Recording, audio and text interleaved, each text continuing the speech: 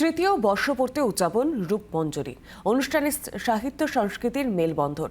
এবারের সাংস্কৃতিক অনুষ্ঠানের নাম মন্দিরা। রবীন্দ্র ভারতী বিশ্ববিদ্যালয়ের রবীন্দ্র মঞ্চেই অনুষ্ঠান হয়।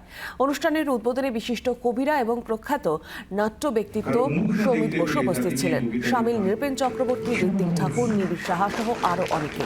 শ্রুতি, নাটক, আবৃত্তি, সঙ্গীতের আগে শ্রেষ্ঠত্ব প্রমাণ করেছেন রূপমঞ্জরি। অনুষ্ঠানটার মূল লক্ষ্য হচ্ছে আজকে আমাদের রূপমঞ্জরির 3 বছর পূর্তি অনুষ্ঠান।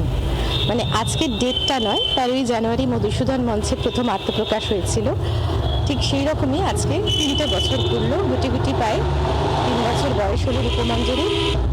একটি সাংস্কৃতিক অনুষ্ঠান, গান, বাচিক শিল্প, নাচ, শ্রুতি, নাটক সব কিছু দিয়ে অনুষ্ঠানটিকে সাজানো হয়েছে।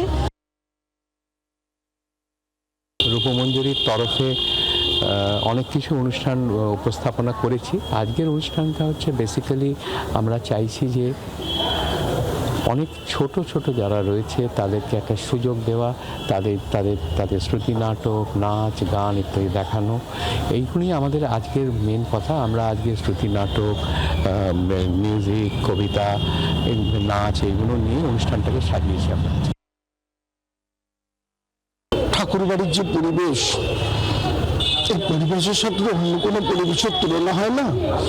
এতে খুব স্বভাবসঙ্গত কারণে আসার পর থেকেই মনে মনে বাড়ি থেকেই একটা অদ্ভুত উত্তেজনা থাকে যে ঠাকুর বাড়িতে আজকে অনুষ্ঠান, বিশেষ করে রবীন্দ্র মঞ্চে যার একটা ঐতিহ্য আছে, এতে সেই দিক থেকে খুব ভালো লাগছে। বাংলার আওয়াজ, বাঙালির আবেগ, জি 24 ঘন্টা।